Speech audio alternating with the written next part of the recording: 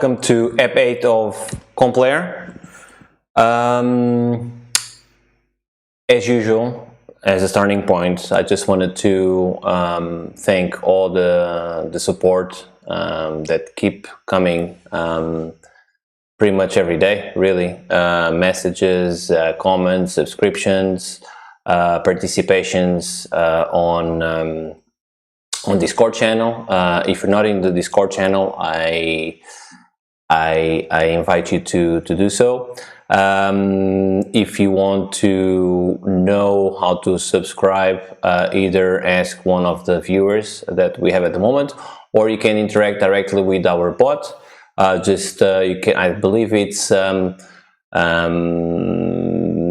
exclamation point Discord, and the bot will give you the invite. I believe that's how it works. I think. I don't think I'm wrong. What else? Pandemic update as usual.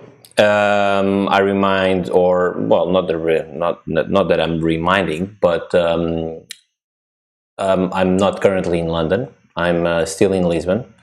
We'll go to London in a few weeks. Back to London in a few weeks. But I've been, reading news pretty much every day, and it seems like for our industry things are keep changing for the worse, not for the best, unfortunately.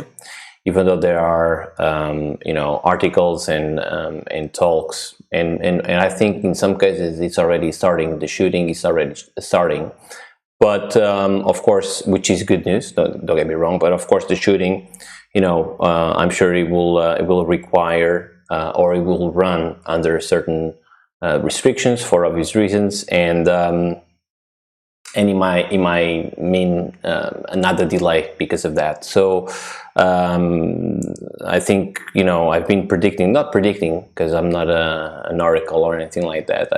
I don't have more information than any of you, to be honest. But I think our industry is gonna suffer, and this is not news here, I know. But until the end of the year, I think there's not much going on. I'm afraid. So we've all seen. I believe we've all seen what the news this week regarding some of the companies in VFX, and I don't think things will change rapidly. But we'll see what happens. I hope I'm wrong. I haven't been wrong, unfortunately. I would like to. Anyway, it's now mandatory UK-wise. It's now mandatory, I believe. For those of you that are still there, it would be great to if you confirm this information. But I believe it's now mandatory to wear masks in public transport. Again, I don't get the delay. I think this should be always the case. But anyway. Correct. If some of you could answer, that would be great. But I think that's the case. And there's a very good news this week, which I believe it's this week, yeah. Which is there has been a treatment. A treatment has been found, which is apparently very cheap medicine. I wouldn't say that it's the same thing as paracetamol. I'm sure it's not. But it looks like it because it's so simple in that regard. It's simple in that regard and cheap. So this is not the cure, but it's like a treatment. And I think from what I read, it cuts the death rate in 1/3 or by 1/3. I know that it's very different when these two options, but it's either or, which is great news while we wait for a vaccine. Of course, if we can avoid, massive disruptions in terms of human lives, of course, that's always something good. And another cool thing, well, good and bad, I would say, in terms of because I just mentioned the vaccines, and I think it was this week, just a couple of days ago, I believe, that I read that the EU, the European Union, ordered, I believe it was around 200 million vaccines. I don't even know what's the lab from which they ordered this. I believe it's well, I don't know. I would just guess. I don't know, but it's I believe it's somewhere in Europe. So they ordered 2 million vaccines, and because of Brexit, the UK, as far as I read, the UK, it's not part of this order. We all know about the Oxford development in terms of vaccine. There are some, I was about to say contradictory results. I'm not sure if that's the case, contradictory, but it has been some speculation whether or not that vaccine is going to be effective. Who am I to say? This is only what I read. Who am I to say? I don't know. I don't have. Don't quote me on this. Basically, that's what I'm saying. But it seems like that vaccine was it failed, or kind of failed, in monkeys, and but they decided to go with the human trials anyway. That's what I read. Maybe I'm wrong. Maybe I misread it. I'm not sure if that's the case. I think I read it right, but that's where we are, I believe. What else? Technical highlight of the week. There's been, I'm not sure if this is really new, to be honest. I think it's kind of new. Might not be like the last thing that came out, but we all know Steve Wright's training, and I think it was this week that he put something regarding color science that, from what I've seen, I didn't read the article fully, but it seems like it's really complete, and it touches in some things that normally we don't see much, you know, on this kind of light literature about color science, which is never something really light. It touches in some subjects that, from what I could see, and again, I saw this like really quickly, but it touches in some concepts that it's not that often that we see. There's also, of course, Charles Poynton, which is like the guru, or one of the gurus for digital color, and all aspects. He's a color scientist, basically, so all aspects in terms of color science. So that's where we at. There's someone saying I think it's I saw the German news podcast that they are in process of starting the first studies with people for the approval process. In what regards? For coronavirus? I don't know. If you can check that link, but I don't know exactly what it is. What else? What else do we have today? So I just mentioned the bot. The bot has been it's been with us for, I believe, 3 weeks, so you can interact with it. It's not going to, you know, what he says, it's not going to appear in this chat that we're seeing live, but you can definitely interact with it, and he will shout out some random things once in a while. What else? So apparently that link is regarding Corona. So there's that link for people that would like to check it out. What else do we have? So the bot, as I just mentioned, so you can interact with the bot, and it will mention some random things once in a while, just to remind people, and it helps me to remind people of certain things that otherwise I would forget. And we have something different today, which is we're gonna have a promotion of someone from our viewers. And I think this person deserves it, because it's been really enthusiastic with the process from the very beginning. So we're going to recover something, because this person that I'm talking about is someone that was already a guest in the show, one of the first ones. So we're going to just recover a little bit of that interview, and the video will speak by itself. So let's take a look at it now. Yeah, I draw a lot, so I always thought I'm gonna do like concept stuff or something, but somehow I got stuck in compositing.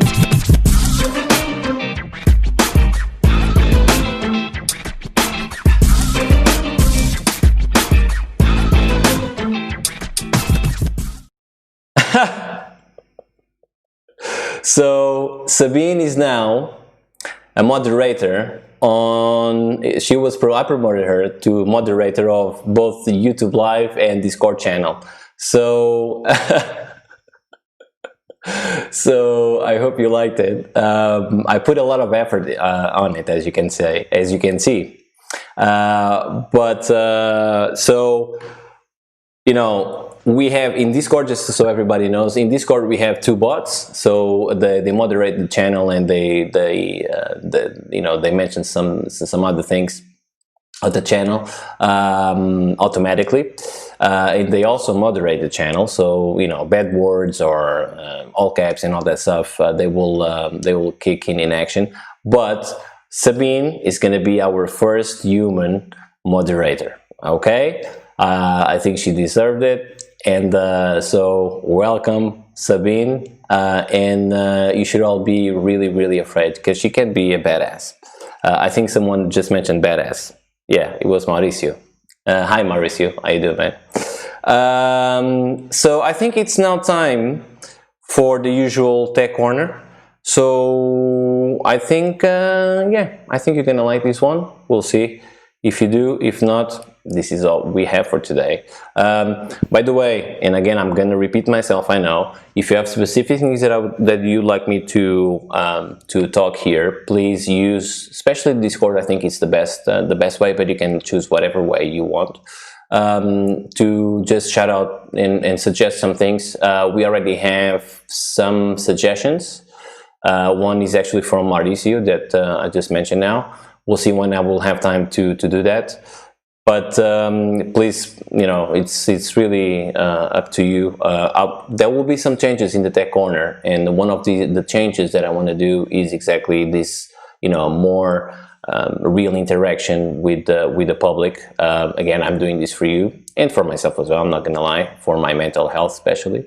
But if you would like to talk about more specific things, please keep doing it, and I'll try to make it happen here on the channel. So let's now go to the tech corner, and we're gonna have our guest afterwards, and we're gonna talk a little bit about it in a while. Okay, see you in a second. Tech corner now.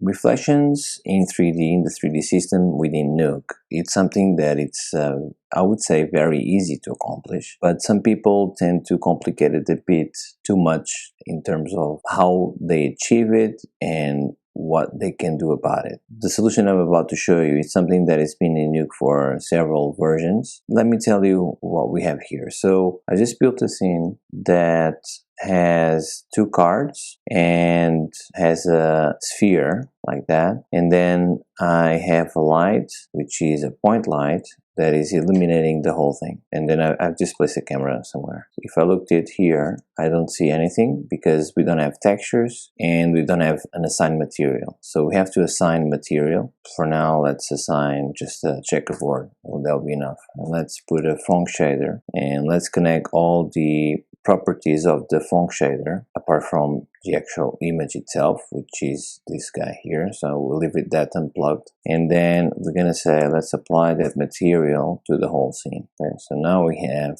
something that we can see, and we're not going to do that now, but we can change some of these properties, like increasing the specs and all that stuff. So for the reflections, what we need is a lat long image or something similar to that, and this is not a true lat long because it's a 3K by 700 something. So in order for this to be like a true lat long, we would have to have 2 times the width in comparison with the height, which is not the case, but for this purpose it works anyway. So what we're gonna do is we're gonna call a node called environment, and this is basically a light that takes an incoming image as something to work as our light, and this will be displayed in every object in the scene basically. So if we now look at it, you can see it here, and we have the same controls on this light as we have on any other light. So we have the intensity, we have the color as well, so we can change the color slightly, and this is what we have, and that's it. It's as simple as this. If you have geo in the scene, that's what you have to do. It's very easy. If you want to extract just that thing, you could have changed the texture to a constant, And there you have it, your reflection there. If you want just a sphere, that's okay. You just disable the other ones or bypass it and you have your reflection. So it's very, very easy, and you can have this in conjunction with some textures that you might have on the scene as well, or that you might want to incorporate in the scene. I'm gonna cache now this. I'm gonna put this transform geo that I've animated in order for us to have like this ball bouncing from left to right. So you'll see that this is not a texture that is attached to the sphere, but it's rather something that is being reflected. So I have this cached now. As you will see, there's movement depending on or how that same object is moving in the scene as a normal reflection. If you see, for example, where this cloud is in this part of the sphere, you'll see that part gets nudged slightly to the left as a normal reflection. So this is a true reflection, and it's very, very easy to accomplish, and I've used this in production many times. There's other ways of achieving reflections. You have the ray render, but then you would have to use a reflection node for it to work. It will give you also some reflections. There are other methods in which you can use normals to fake reflections. I'm gonna try to show you very quickly that alternative way. So I'm not putting these vectors and normals as well. So if I shuffle the normals to the RGB, I can then use them as my vectors. Let's put it the color bars texture, just so we can steal this one now and put it here. So now let's say that this will be our background and this will be our texture to reflect, and then we're gonna copy this to a new channel called, just gonna call it reflect.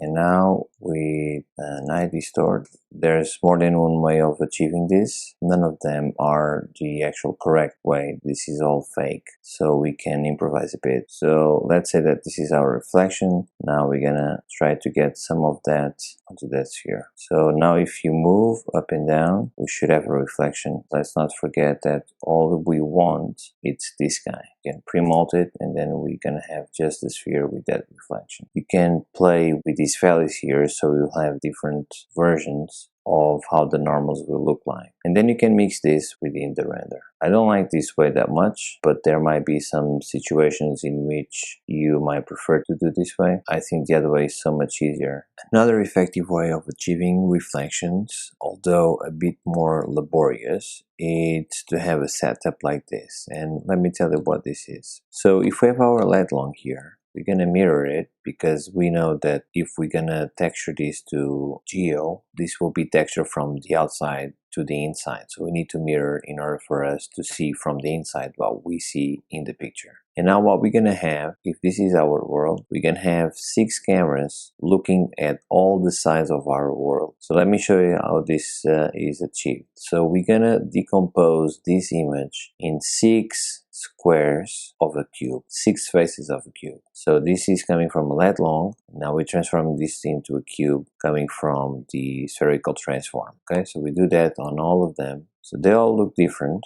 because as you can see, this one in comparison with this one, for example, we have a rotation of 90 degrees on the y-axis. So that's why it's showing a different thing. And this one has 180 degrees, and this one will have 270. So we're gonna have like a 360 degrees decomposed in 6 of them, like that. And then we're gonna have a camera projecting each one of them to something that we're gonna see. This is just labeled like that. It's for our orientation. It's the Y, back and forth, the X, and the Z. Now we're merging all of those guys. Now we're gonna apply that to something.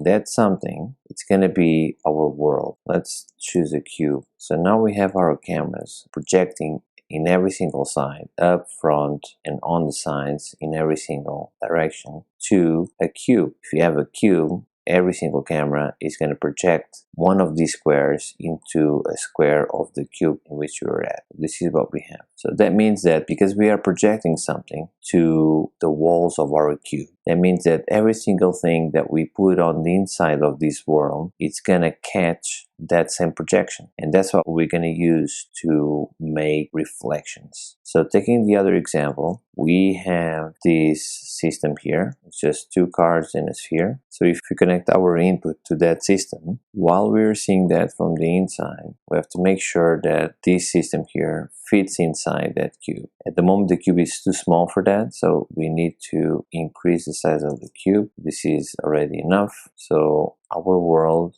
is inside, and everything that it's in it is gonna catch that projection, everything. So if you look now at the scanline render with the same camera that we had before, we're gonna have that reflection. It's basically a projection coming from every single angle, projecting the lat long decomposed into 6 sides of a cube, projecting into a gigantic cube, and everything that is in it, it's gonna catch that same projection, and that's what's happening. So if you move this around, you'll see that the reflection will also move. So this is a different way of achieving that. A bit more laborious, but let's not forget that you do this only once. What I do normally, I have my setup that comes like this. That's my default system. So once you have that, that's all you need. You don't need to do this every single time. Also, this transform here, it's here just in case you need to move the entire world to someplace else. Also, these far planes from these cameras here, this is set to 10,000. You can put more or less, up to you. As long as they project until the edge, you're fine. Projection will get there. If not, you need to increase that value as well.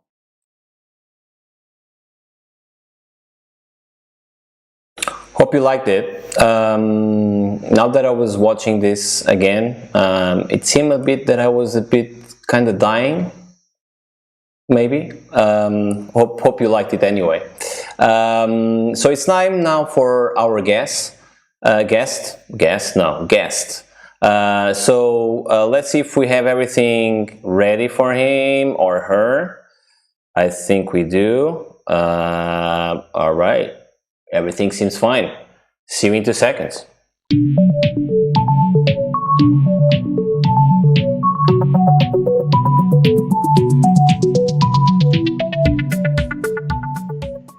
Yeah, Jorge, ¿cómo estás, tronco, tío? You can tell that my accent, Spanish accent, is like really top notch, isn't it? You can be honest. Hi, everyone. So our guest today is Jorge Oliva. He's a 2D supervisor, as you can tell by the label that we see here. Thank you again, buddy, for taking part on this this thing that we're doing here. Thank you. Say again? Thank you. No problem, man. Just to give everyone a bit of introduction. So we've met actually around 5-6 years ago. I don't know if you have that idea, but it's been a long time. It's been a long time. Yeah, it's been a long time. So we actually worked on the same company, I believe at the same time at MPC, even though we didn't meet each other at that time. And then we met again after a few years at Milk. And that's how we end up working for around 3 years together, I believe. And that's what happened. And I can say at least that, well, I was about to say, it's fair to say that we learned a thing or two with each other. I definitely learned some things with you, and we're going to talk about it. And can you tell us a bit to? I already mentioned who you are, but if you could introduce yourself a bit better to everyone, that would be great. Well, I'm a 2D supervisor at Milk at the moment, but this is not what I've been doing all my life. I mean, I studied communications in Spain many years ago. I didn't know that. Sorry? I didn't know that. Yeah. I didn't know. I studied communications in Spain, and then I was a cameraman some time, and then a motion graphic artist and an editor, and afterwards a compositor. Wow, you did it all. I didn't know that. I didn't know that. Maybe you told me, but I forgot. Yeah, I think I probably told you sometime. Maybe. But maybe not many people know this, but it's true. I've been through many different stages of the multimedia production, of the film and commercials and telly. Yeah. which I don't know if it's a good or a bad thing. I think it's every single thing that I did kind of at the end helps you out to Of course, yeah. I think it's a combination of all these experiences that made who you are now. Whether or not it's like super related with what you do these days, I'm sure it played a part for you to be who you are today. Of course, yeah. But I couldn't. If you told me, I forgot. I'll be honest. I'm sorry about that. But it's good to know that. I didn't know. I was saying that, and then so go ahead. And then you end up working in VFX, right? Yes. So, but you were in Spain. You didn't say that you're Spanish, but it's kind of obvious that you are Spanish, as I am Portuguese. So you were in Spain at that time, and then you decided to come to UK. Yeah. Yes. So basically, I started working as a compositor in Spain in a little company there. Then I moved to another company that is a little bit bigger. That is Ranchito. The first one was User. That is amazing. It's really good. I mean, it's like a boutique, a VFX boutique. Okay.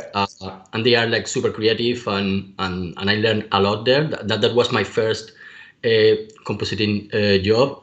Then I went to Ranchito to work for the movie The Impossible, and then I received an offer from MPC if I wanted to move to UK. Well, originally was a 3 weeks contract. So MPC was actually your first company. I didn't know that. Yeah. Okay. Yeah. Well, the truth is that I had bombed them with my showreel for a long time, and okay.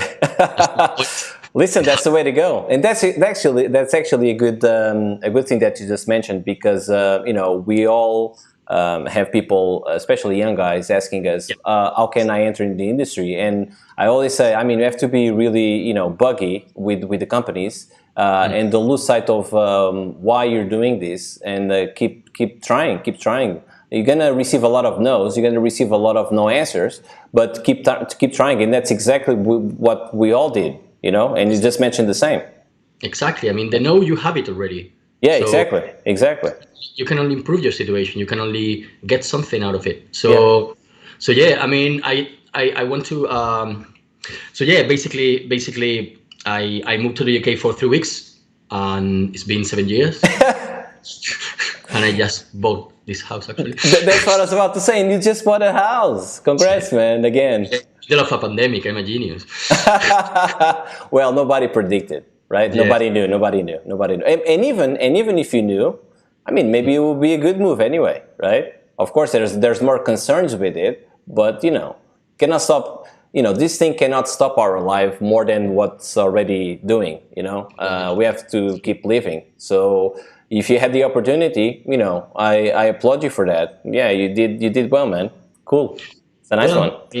I mean, as you say, we need to go ahead with our lives, and we need to just keep doing what we've been doing all this time, because otherwise we go mad. It's already tough the way it is, so we cannot just put ourselves in a corner without with our hands and everything tight. We have to go about our lives, basically. So congrats again.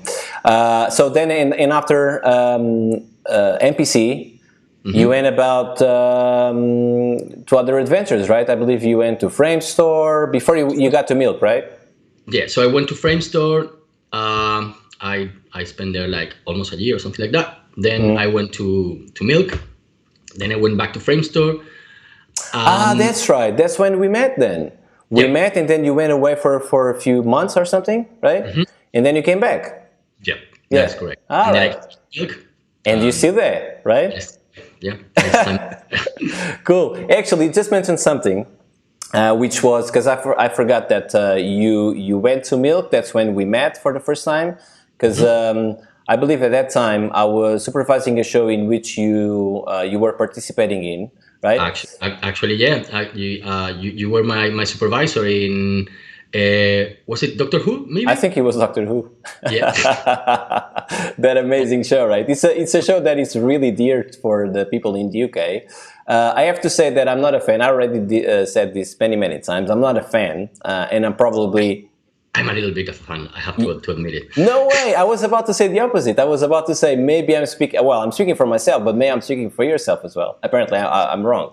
But I was about to say that even though I'm not a fan, I learned so much with that show, man. So much, because the ideas, and I think I've mentioned this already in this show as well. The ideas are so out there. They're so crazy for a 1 hour episode with no money. So you end up learning how to do omelets without, like, with alpha egg or something. You know what I mean? It's like it's one of those things, and you know it's tough. It's a really tough show for these reasons and scheduling and all that stuff. And let's not forget that at that time nobody was doing TV like they're doing today. So Milk was actually the king of TV at that time. We ended up being nominated for a BAFTA, at least on that season of that show. Milk won at that time. It was like a magical year, because they won an Oscar for Ex Machina with Dineg. They won a BAFTA at that time as well. They were nominated for another BAFTA in the same year, 2 shows in a row. And I think they won BAFTAs for the past 3 years or something. But this was a time, I don't know if you know this, I'm sure you did. But this was a time that TV is not, the medium that is today. There were not a lot of companies doing TV. So the market changed a bit. But I was about to say that when we first met, and I don't think I have ever told you this, so it's going to be a revelation. Nothing bad, I promise, nothing bad. So when I was your supervisor, as you just mentioned, there was a very creatively tough to achieve kind of technique that we had to come up with, which was a distortion from a monitor, in which there was a creature coming out of it. Remember that? Yeah. I remember that, yeah. And we had no time to do it. Technically speaking, it was really challenging, because we had to have that warping attached with the creature movement. And I believe that we were like bouncing ideas with each other and all that. And then I went about other shots and other shots and other sequences. And then when we talked about it, you come up with a solution that I was like, man, this guy thinks out of the box. Because it was the first time that, in our careers, and I'm sure you probably had the same kind of feeling, but in our careers, there are those moments in which... By the way. Say it again? Thank you very much for that. Of course, no, it's true. I was about to say, there are moments in our careers in which there's those...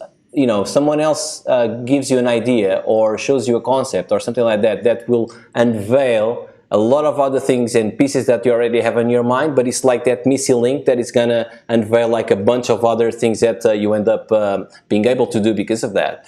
And I remember that time, your approach to STMaps, particularly in that situation, I was like, man, I would never think about this solution.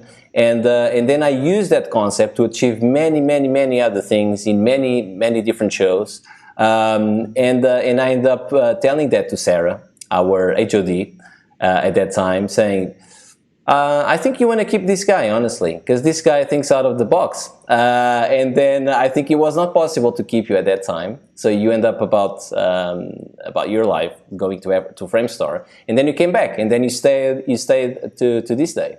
So when I said in the beginning that we learned a thing or two with each other, definitely I learned this with you, and it was this missing link that, well, you never know, probably I would come across with it later on, I don't know. But I found it so refreshing at that time, and I think this is, what VFX is all about.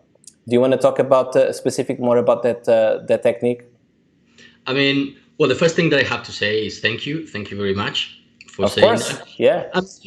Well, I mean, the technique with STMaps came up, because the thing is, at the end of the day, compositing is a creative job, and creativity is basically, as you said before, and Doctor Who is a particularly challenging was a particularly challenging show because, as you said, we had no budget, we had no time, and we needed to do really crazy things with what we had. Yeah, and that makes you. I mean, that is something that basically pushes your creativity. Move it forward because you need to do things so much. Yeah, exactly. I mean, the technique basically is using it was using trackers in an SD map.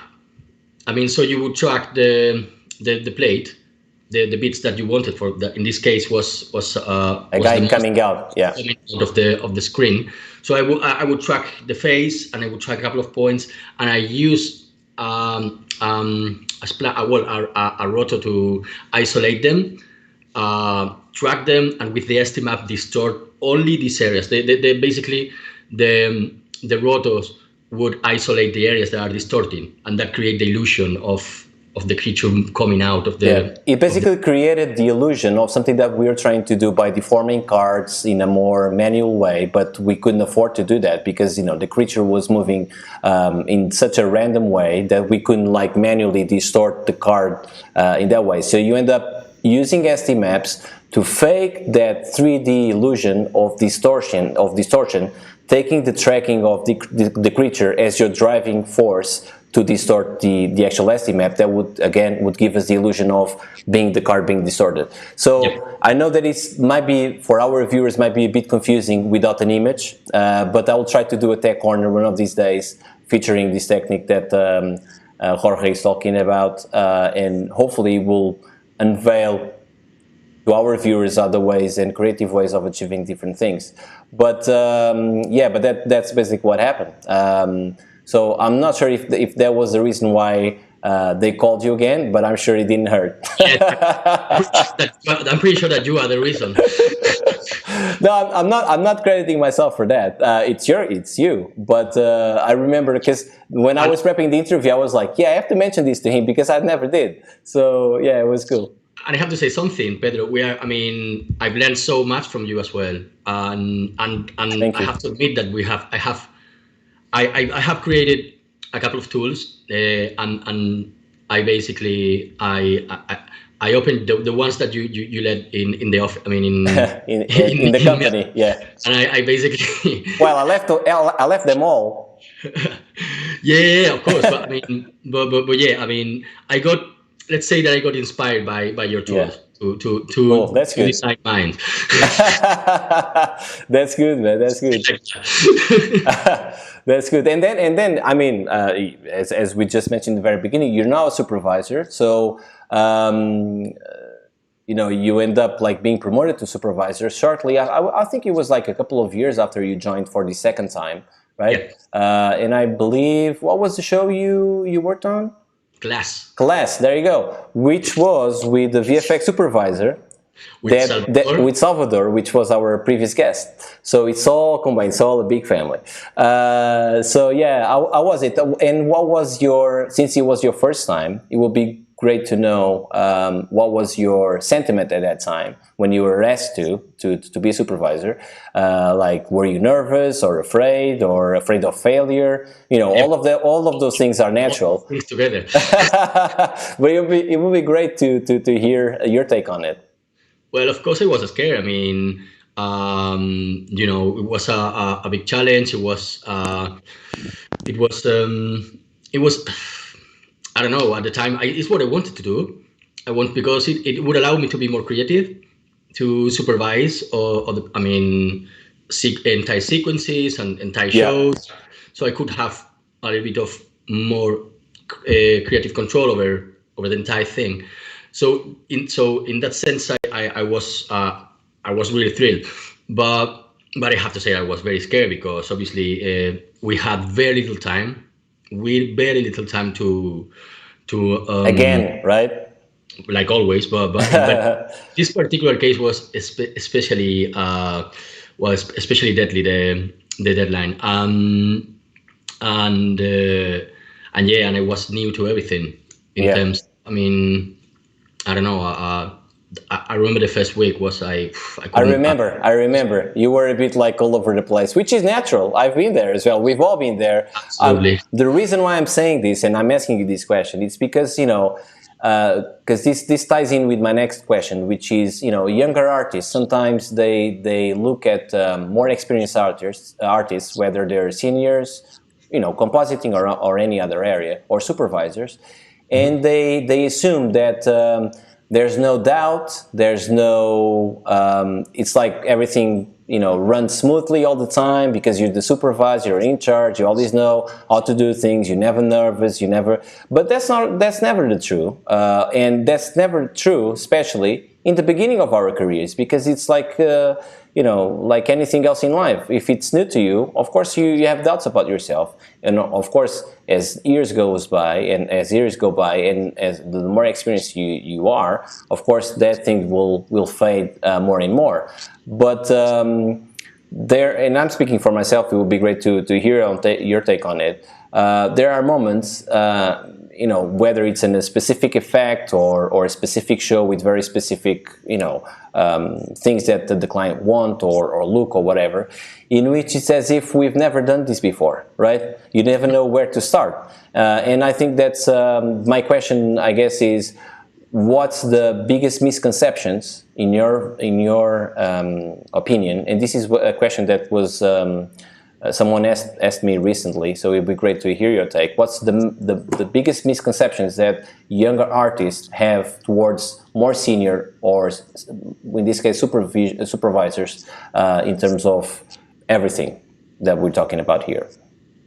Well, as you well said, I think that obviously we don't have the answers for all the questions. And one of the beautiful things of this profession of comping and supervising and visual effects in general is that every movie is always a different challenge.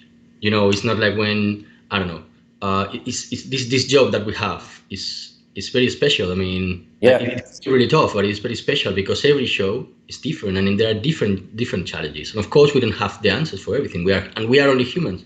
So yep. we, of course, we also have doubts. We obviously fail as well sometimes. We are not perfect. Yeah, exactly.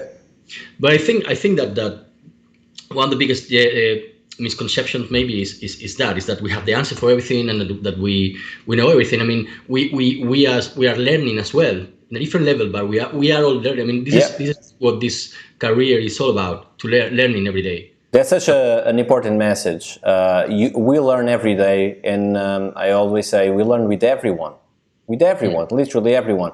More experienced artists, less experienced artists, runners even, because they come up, they can have like a really fresh and a completely different idea about something. That might not be exactly about what you're doing, but it might be something that they said because they've seen something in your screen that will unblock your head, because it's like a different angle, so you'll unblock your mind in terms of achieving things. So you can definitely learn with everyone, and you know, it's something that we have in common, and I think it's really important because people might think that more experienced artists, whether they're supervisors or seniors or whatever, they don't have anything else to learn. And I think if anyone, regardless of the stage of your career, you think like that, I think there's something fundamentally wrong with this person, because it's all about learning all the time, man.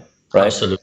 Absolutely. I've had junior artists that came out with mind-blowing ideas, or concepts or stuff, or like, oh, let's see. I mean, I don't know. Give this guy chroma key background. Find me some kind of cool look. And you know, and you get massively impressed. Yeah. It really, I mean, creativity is there for everyone. You know. Of course. I mean, obviously, the more senior you are, the more you know the techniques, the more you know how this industry works, the more you know in general. Of course.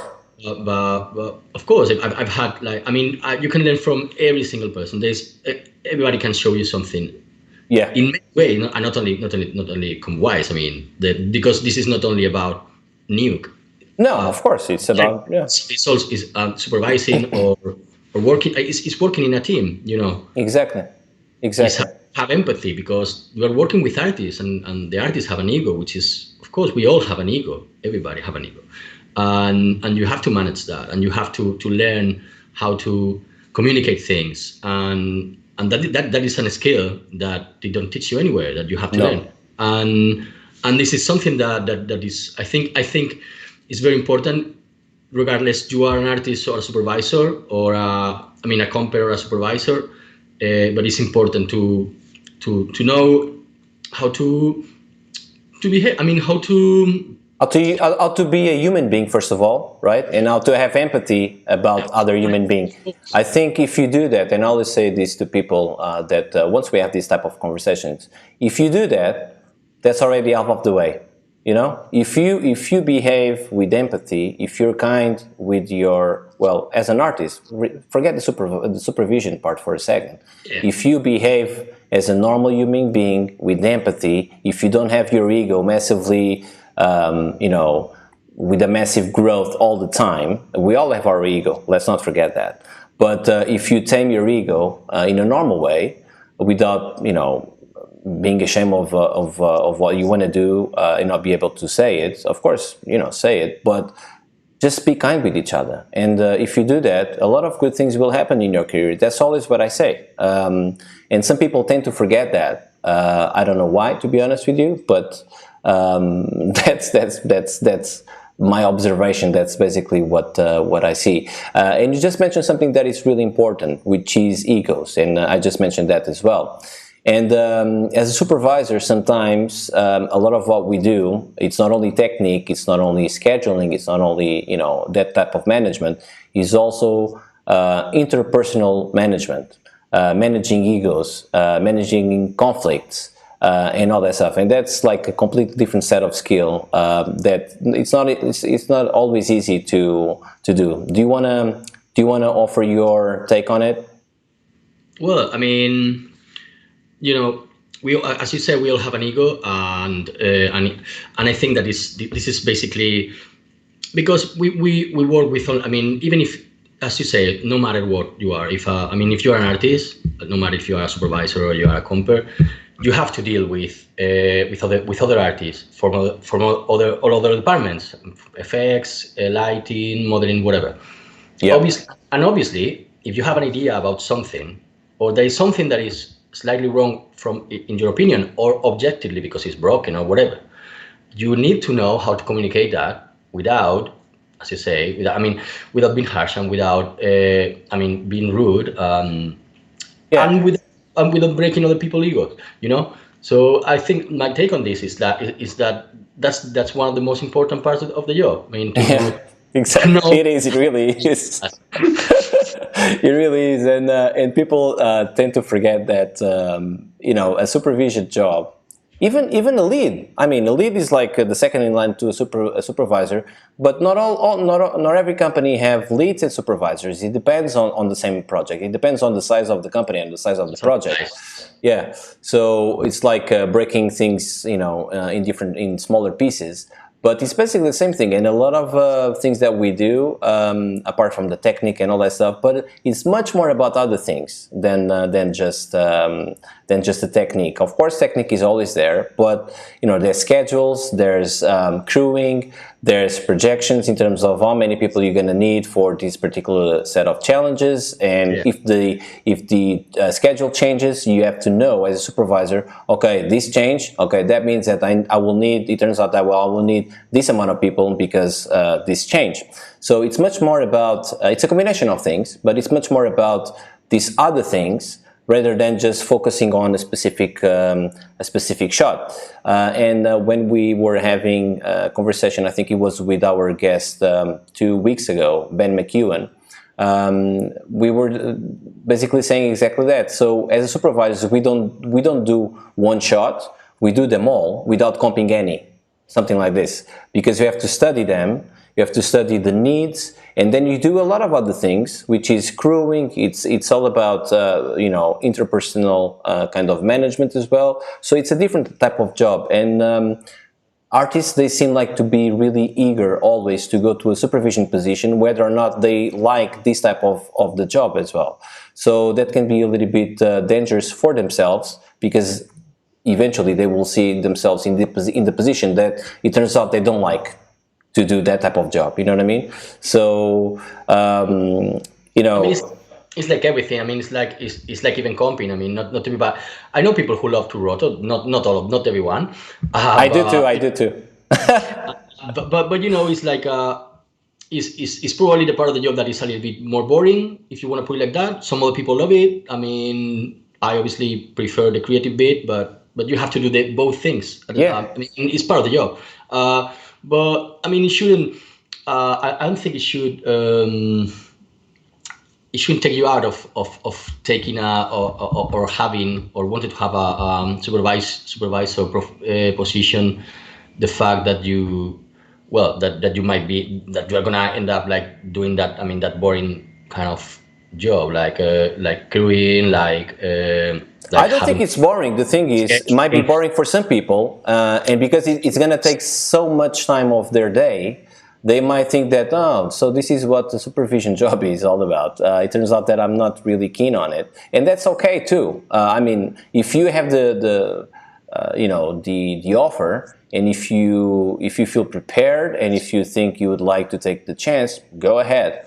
By all means, of course, you should. I think everyone should try. But it's a different. What I'm saying is, it's a different type of job, basically, and that's kind of one of the misconceptions I think about that younger artists have about more senior artists. You know what I mean? That's basically what my take on that situation. And there's also, sorry, go ahead. And meetings every day. And meetings every day. And I was about to mention this, which is that almost fight that happens almost every day in every project, which is supervision versus production, right? We have the same goal, but in a completely different angle, right? And sometimes, depending on, you know, I would say like the ways that both ends have in terms of their personalities, this can be a clash that is not really pretty. Because in one hand, production is all about, or it's more about the costs and about the efficiency, about everything, but it's more about the delivery, right? And supervision is not only about that, but also about the quality and the methods that we want to, and the learning that we want to pass to our teams for upcoming projects that we might need them to respond faster and better, right? What's your take on that? Well, I mean, of course, I mean, I'm very lucky because the production in Milky, the people in production at Milk are lovely, and I love them. But it's true that there's always going to be a little bit of a clash between the artist and production, because, as you say, we want our work to look the best way possible, and they want to deliver. Yeah. So you need to find middle ground, basically, and that's what it's all about. Yeah. And that's also, I mean, that's where also comes into play the skill that we mentioned before. You know, like know how to talk with the people, trying to not being harsh and not. And sometimes negotiate, even internally. You have to negotiate. Okay, we're going to do that, but if I'm going to give you, of course, a way of saying, you have to give me that, you know, and sometimes it's all about that as well, even internally. So it's about the negotiation, because everything in life is basically negotiation. Might not involve money, but there's other ways of negotiating things, right? Mm. Yeah. So just recently, because you just mentioned Milk again and production in Milk, you did Good Omens. Right? Yeah, I didn't supervise Good Omens. I was a senior composer in Good okay. Omens. I thought you were a supervisor, because you. Am I wrong to say that there was a piece on 3D magazine featuring that with you, right? It was with you. It was about, I mean, but it was about my job supervising Origins. But there was a piece also about Good Omens, right? There was like they talk about Adrift, they talk about Good Omens, and they talk about Origins. They talked about a little bit of everything. Okay, but do you wanna talk a bit about that article that happened on 3D magazine? Well, I mean, obviously, being interviewed by 3D magazine is amazing, because it's like a 3D world is great, because it's an honor. I mean, it's for probably one of the best, if not the best, magazine that talks about visual effects, computer graphics, event design. Definitely everything. one of the oldest ones. Yeah, Yeah. and it's exactly, and it's why I think was one of the maybe ThineFX is ThineFX probably is the oldest, but yeah, yeah. yeah, not too far. I mean, what was super cool to get interview about Origins. I mean,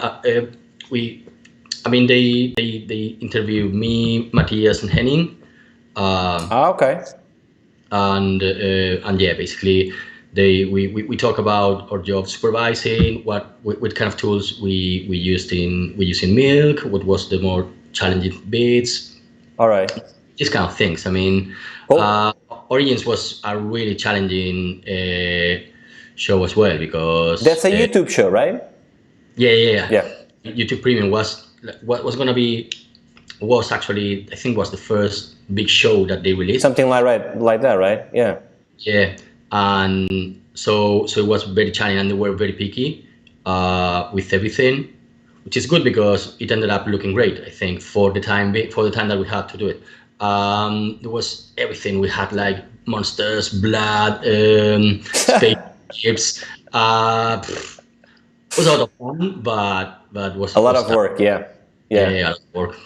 Cool. Yeah. So people should check it out if they haven't yet. Check out Origins. It's a really really cool show. Yeah. It has like a couple of years now.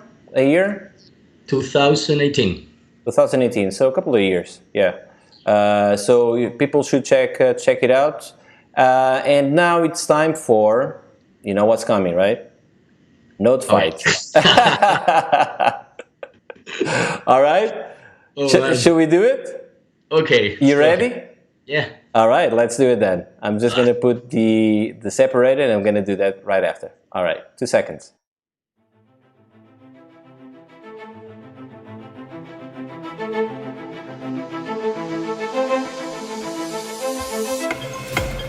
Okay, ready? All All right. Matching animated defocus, manual or automatic? Sorry, matching the focus. Yeah. Well, with the PGBokeh. PGBokeh, okay, cool.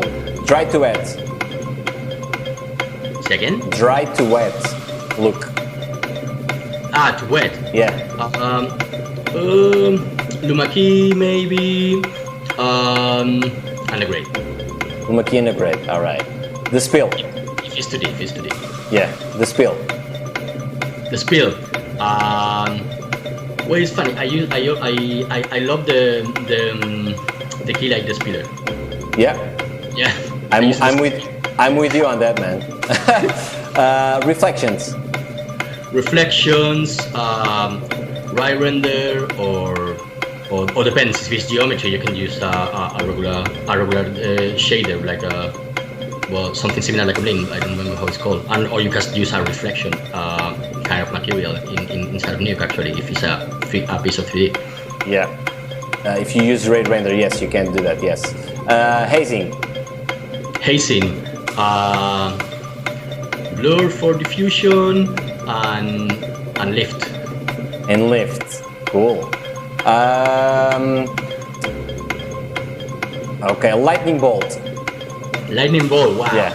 Okay, this is tricky. I would use a noise. I would use probably an eye distort and some expressions to make it move, and a glow. And a glow. All right. Yeah, important, right? Glow is important. All right. Possible. 2 more. All right. Okay. Day for night. Day for night. Great. Great. That's it. Okay. Simple. Nice. Cool. Last one. This one is kind of a curveball. All right. Iridescence. Sorry? Iridescence. Humidescence. No, iridescence. I don't know what that is. What do you mean? Okay, you know that. No, let's do another one. Okay. Deflickering. The flickering. How do you deflicker a plate? What's the name of this node? The curve tool. A curve tool. Curve tool? All right. A curve. Yeah. And maybe a grade or something like that to stabilize the flickering. That's it. Some expressions maybe. Yeah. Cool. Yeah, you did it, man.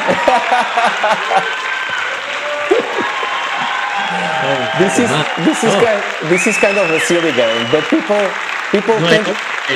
Wow, but it's challenging. People like it. I don't know. This was kind of a silly thing that I came up with.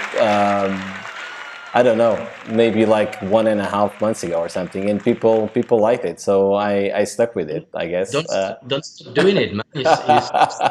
It's really fun. Cool, man. Listen, let's go to the chat to see if anyone has any questions for you. Well done, Mauricio, a Brazilian guy, said well done. Oh, nice. Thank you, man. All right, guys. So if everyone has some more questions or any questions, because you haven't asked any question. I'm doing all the questions here by myself. Come on, guys. You should help me a bit. But ask them now, or forever. How do you say? What's that thing about like when people are marrying? Like speak now or forever shut up or something like that, right? So that's the way. So, okay, so next question. What's your next idea to achieve? Creatively, in terms of career. I think it's Sabine. She's not mentioning, just like an open question. So you can take it any way you like. Okay, well, the thing is that apart from comping, I direct the stuff as well. I direct music videos, and short movies. So probably my next personal project will be something related with that. So a music video or probably a short movie. Cool, nice one. All right, I think that's it. I think cool. we're reaching 1 hour. Mm-hmm. So it's time to say goodbye, to thank you once again, man, for coming up. No. Man, thank you. I think we revealed some things that we didn't have the chance to say to each other. At least I haven't. This is my first time that I told you this story, I think. So let's hope like next time that we're gonna be with each other, it's gonna be at the pub like the old days, right? Because yes. I definitely miss the old days in that regards, at least. Okay, time for one more question. What's the most hilarious thing that happened to you? This is the most random question ever. Hilarious thing. Hilarious, yeah. Well, I don't know. Okay, this is from the old days, not even comp. Okay. All right. I was a motion graphic artist for a TV channel in Spain, and we used to work with cassettes. You remember? Yeah, I remember. And there was a client that was asking us if we could add the alpha channel inside of the cassette. It's a real story, promise. Real. You should have said yes, of course. How many do you want? Should have. Oh my God, that was a good one. Cool. All right, that was the last question, everyone. Thank you once again for everyone for all the support once again. It's been amazing, really good. Thank you once again, Jorge, for coming up. Let's try to see each other, as I said, at the pub next time. That would be great. That would be good news. And see you all next week. I'll be announcing when we're gonna have the next session. But it's going to be somewhere next week, probably Friday, but I'll be posting that soon as usual. And see you guys next week, and see you at some point in the future. I don't know when, maybe in a couple of weeks or so, Jorge. All right? All right. Okay, man. Bye-bye. See you guys. Bye-bye. Take care.